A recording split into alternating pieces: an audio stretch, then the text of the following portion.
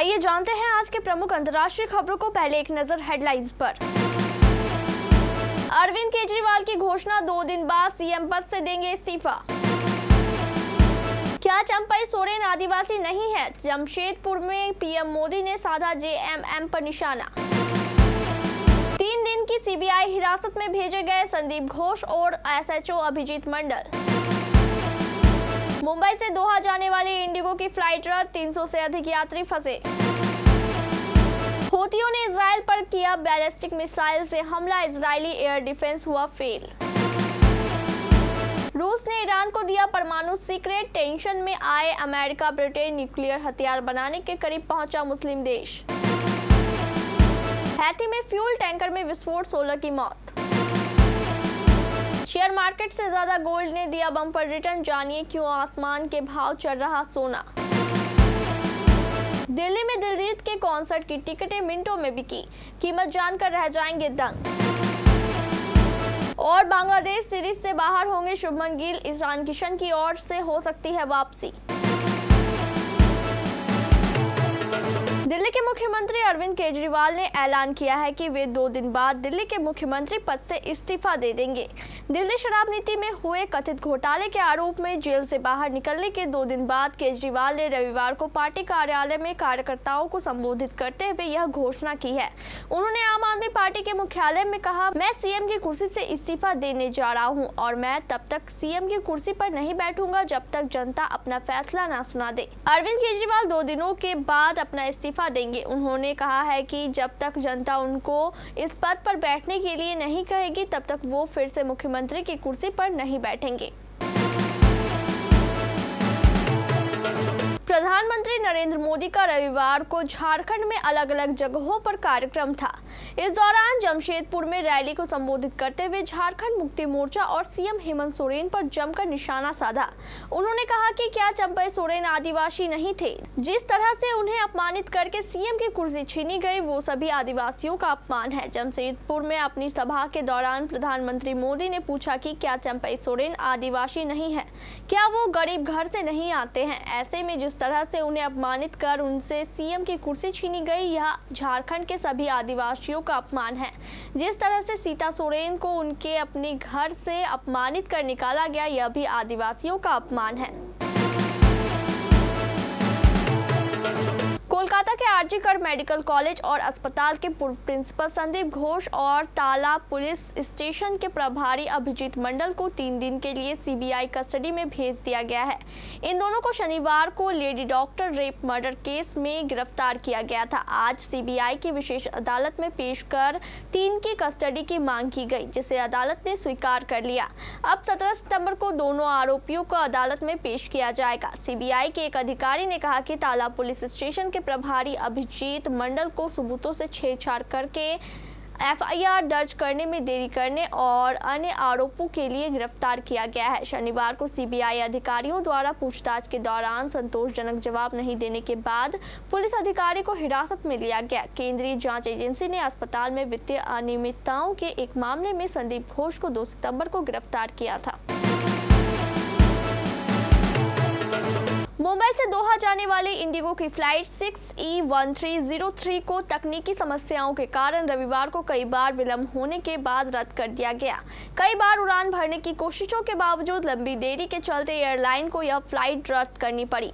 समाचार एजेंसी की रिपोर्ट के अनुसार इस फ्लाइट में 250 से 300 यात्री सवार थे जो मुंबई एयरपोर्ट में फंसे हुए थे।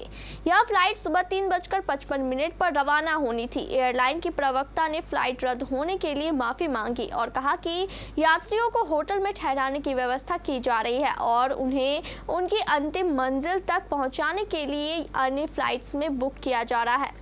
इससे पहले जब फ्लाइट को रद्द किया गया था तो यात्रियों को 5 घंटे तक विमान में बैठने के लिए कहा गया था, जबकि इमिग्रेशन की प्रक्रिया पूरी हो चुकी थी। यात्रियों को विमान से उतरने की अनुमति नहीं दी गई थी। यमन के ईरान समर्थित हूती चरमपंथियों ने रविवार की सुबह इजराइल पर मिसाइल से हमला बोला। यह मिसाइल इजरायली एयर डिफेंस को नाकाम करते हुए मध्य इजराइल के खुले क्षेत्र में गिरी। इसके बाद अंतर्राष्ट्रीय हवाई अड्डे पर हवाई हमले के सायरन बजने लगे। ये पहली बार है जब इजराइल के इतने अंदर तक कोई मिसाइल पहुंची है। यमन के हूती विद्रोहियों ने हमले की जिम्मेदारी ली है। समूह के सैन्य प्रवक्ता की ओर से जारी बयान में कहा गया है कि यह हमला तेल अवीव को निशाना बनाकर किया गया था और उसने नई हाइपरसोनिक बैलिस्टिक मिसाइल का इस्तेमाल किया है। हमले में किसी बड़े नुकसान की रिपोर्ट नहीं आई है। हालांकि इजरायली मीडिया ने बेन गुरियन अंतर्राष्ट्रीय हवाई अड्डे के फुटेज जारी किए जिसमें लोगों को शेल्टर की ओर भागते देखा गया। हवाई अड्डे के अधिकारियों ने बताया कि तुरंत बाद सामान्य परिचालन फिर से शुरू कर दिया गया। यूक्रेन युद्ध के कारण अब अमेरिका और ब्रिटेन के सामने एक नई तरह की मुसीबत आ गई है। ब्रिटेन और अमेरिका ने आशंका जताई है कि ईरान की ओर से रूस को बैलिस्टिक मिसाइलें दी गई है और इसके बदले में रूस ने न्यूक्लियर सीक्रेट साझा किया है। वॉशिंगटन डीसी में अपने शिखर सम्मेलन के दौरान ब्रिटिश सीएम कीर स्टारमर और अमेरिकी राष्ट्रपति जो बाइडेन ने स्वीकार किया है कि दोनों देश ऐसे समय में सैन्य सहयोग बढ़ा रहे हैं जब ईरान लंबे समय से परमाणु हथियार बनाने के लिए यूरेनियम एनरिचमेंट की प्रक्रिया में है। एक मीडिया रिपोर्ट के मुताबिक ब्रिटिश सूत्रों ने संकेत दिया है कि परमाणु टेक्नोलॉजी के लिए ईरान के रूस से संबंधों पर चिंता व्यक्त की है।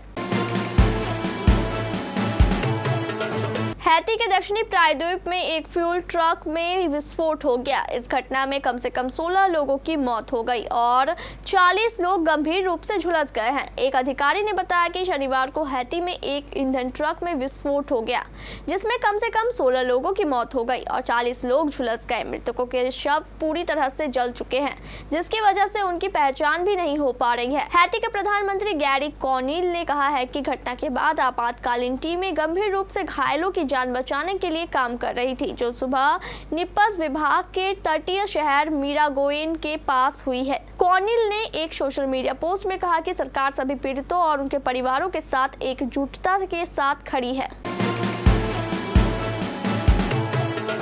भारत में महिलाओं के साथ निवेशकों को भी गोल्ड काफी पसंद आता है। निवेशक अच्छे रिटर्न के लिए गोल्ड जैसे कीमती धातु में निवेश करते हैं। ऐसे में कई नए निवेशकों के मन में सवाल है कि क्या शेयर मार्केट से ज्यादा रिटर्न गोल्ड दे रहा है। इसके अलावा गोल्ड खरीदारों के मन में सवाल आता है कि गोल्ड के दाम में लगातार तेजी किस वजह से हो रही है। अगर 2024 की बात करें तो इस साल गोल्ड ने शेयर मार्केट से ज्यादा रिटर्न दिया है। ग्लोबली गोल्ड की कीमत $2060 से $2600 प्रति औंस पहुंच गई है, यानी सोने की कीमत में करीब 26% का उछाल आया है। वहीं शेयर बाजार की बात करें तो इस साल अभी तक निफ्टी 50 करीब 16.60% चढ़ा है। ऐसे में साफ दिखाई दे रहा है कि इस साल में अभी तक गोल्ड ने शेयर बाजार से ज्यादा रिटर्न दिया है। दिलजीत के कॉन्सर्ट दिल ल्यूमिनिटी इंडिया टूर का आयोजन दिल्ली में हो रहा है जिसकी टिकटों को बल्क में खरीदकर ब्लैक में बेचा गया। टिकट को खरीदने के लिए 12 सितंबर को दोपहर 1 बजे तक सेल ओपन की गई। उस समय टिकट के दाम कम नहीं थे। उस कॉन्सर्ट की सबसे कम रेट की टिकट 1499 रुपए थी जिसमें लोग भीड़ के पीछे खड़े होकर स्क्रीन में देखकर कॉन्सर्ट को एंजॉय करते हैं।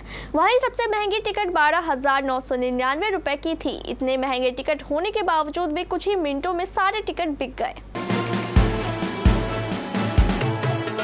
भारत और बांग्लादेश के बीच 19 सितंबर से टेस्ट सीरीज का आगाज होगा। दोनों टीमों के बीच 2 टेस्ट मैच खेले जाएंगे। इसके बाद भारत और बांग्लादेश के बीच 3 T20 मैचों की सीरीज खेली जाएगी। T20 सीरीज की शुरुआत 7 अक्टूबर से होगी।